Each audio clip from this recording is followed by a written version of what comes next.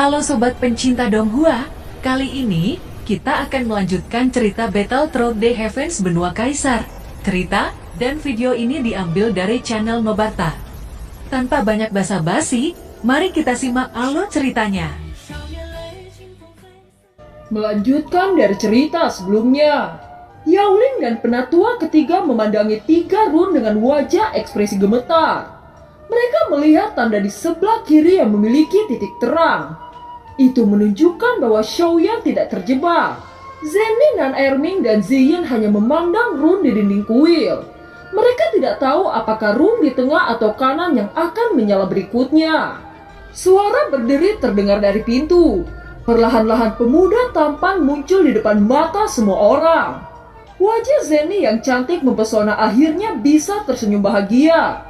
Dia sudah menunggu 4 bulan lebih untuk pemuda ini. Nan Erming dan Ziying akhirnya menunjukkan wajah penuh semangat setelah melihat Xiaoyan muncul. Berdiri di gerbang kuil, Xiaoyan menghela nafas panjang.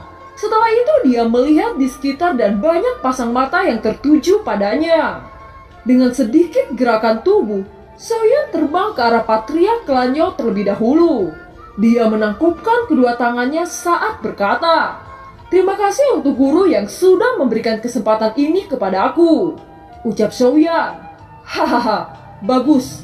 Anda membuat guru ini hampir tidak bisa bernafas selama 4 bulan ini. Namun pada akhirnya Anda hampir membuat semua orang tidak bisa berkata-kata," ucap Hyotian. Setelah itu Xiaoyan melangkah ke arah Zenny. Dia tahu bahwa selama ini mereka sudah sangat khawatir. Oleh karena itu Xiaoyan tidak ragu-ragu untuk memeluknya. Merasakan pelukan Xiaoyan, Zenny tidak menyangka bahwa Xiaoyan memeluknya di depan kerumunan. Telapak tangan Nan Erming memegang pundak Xiaoyan dan Ziying tersenyum dengan gembira saat menutupi bibirnya yang cantik. Xiaoyan merasakan perasaan yang hangat. Segera dia memeluk ketiganya untuk waktu yang lama. Sesaat kemudian Xiaoyan melepaskan pelukannya dan menoleh ke arah anggota klan Yao.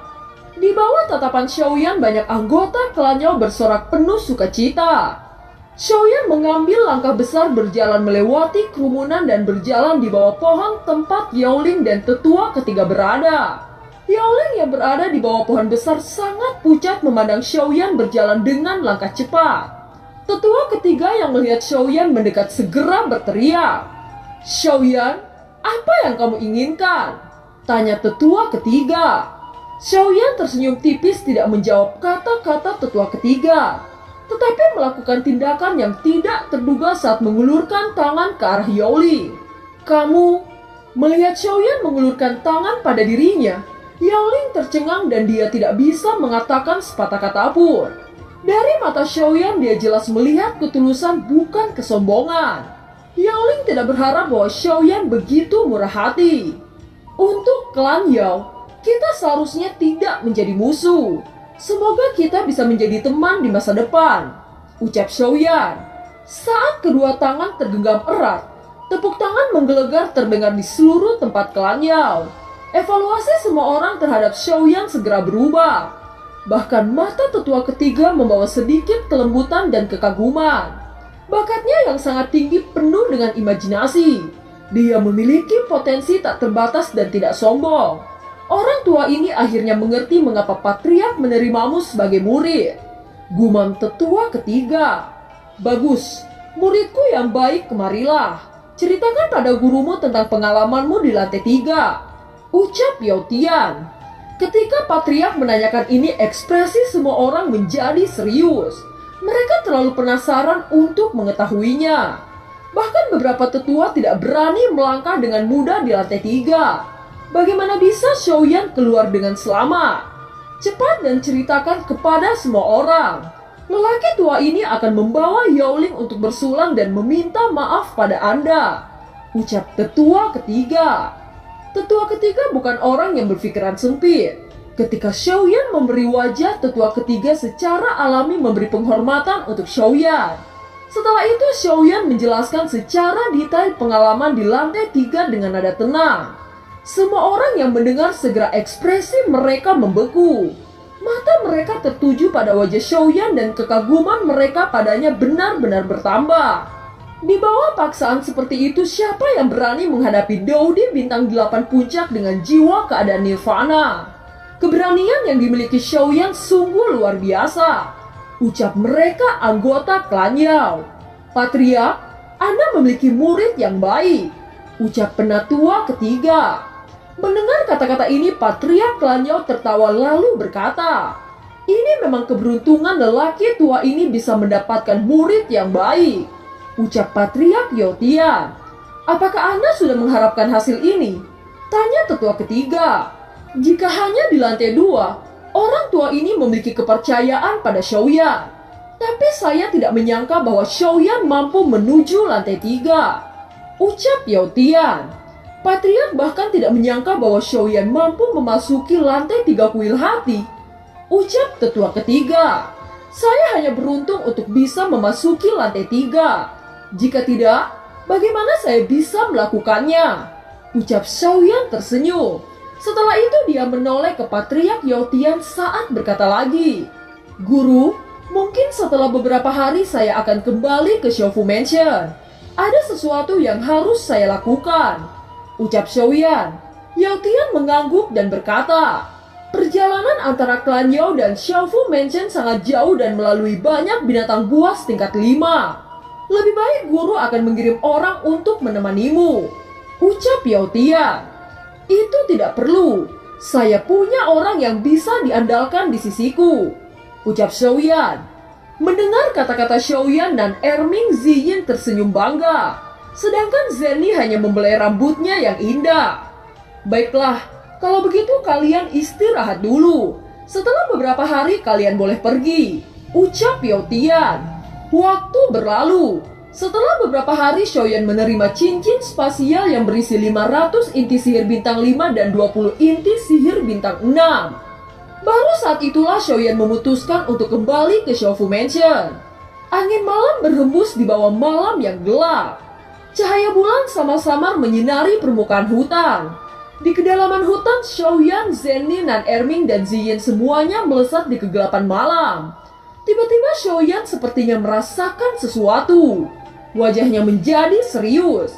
Zenny memperhatikan perubahan ekspresi Xiaoyan. Segera dia bertanya, apakah ada sesuatu? Tanya Zenny. Xiaoyan menjelaskan secara singkat tentang kejadian yang dia alami saat dia pergi ke klan Yao sebelumnya. Oleh karena itu, Xiaoyan meminta mereka untuk tetap waspada sama keadaan di sekitar. Mendengar kata-kata Xiaoyan, Zenny sangat marah. Kekuatan mana yang begitu berani? Teriak Zenny. Saya tidak tahu kekuatan mana yang mengincarku, tetapi saya curiga itu Quildan, ucap Xiaoyan. Mata Zenny menjadi lebih tajam dan wajah Nan Erming Ziyin sangat dingin. Tetapi Zenny dengan cepat tenang, dan untuk sesaat dia sepertinya merasakan sesuatu. Zenny menurunkan suaranya dan berkata, sekarang bukan saatnya untuk membahas masalah ini. Setelah mereka gagal, kemungkinan besar mereka akan mengirim pembunuh lagi.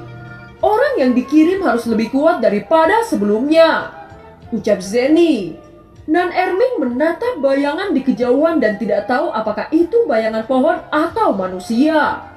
Jari-jarinya perlahan menyentuh cakram dan dia selalu siap untuk melemparkan senjata ajaib dari udara. Dalam menghadapi bahaya yang tidak diketahui, kita sekarang hanya memiliki 2 cara. Pertama, kita menarik klan Yao meminta kepala klan untuk mengirim informasi kepada Kaisar Iblis dan Sang Meng. Yang kedua, kami memiliki 4 orang, mengandalkan keuntungan dari manuver dan 1 orang menyelinap kembali ke Xiaofu, ucap Zenny. Begitu kata-kata Zenny jatuh, Xiaoyan menghela nafas saat berkata, sudah terlambat. Musuh datang dengan cepat, ucap Xiaoyan. Xiaoyan mengeluarkan penguasa Suan Api dan memasukkan api 3 warna. Zenny tahu bahwa Xiaoyan ingin musuh fokus padanya.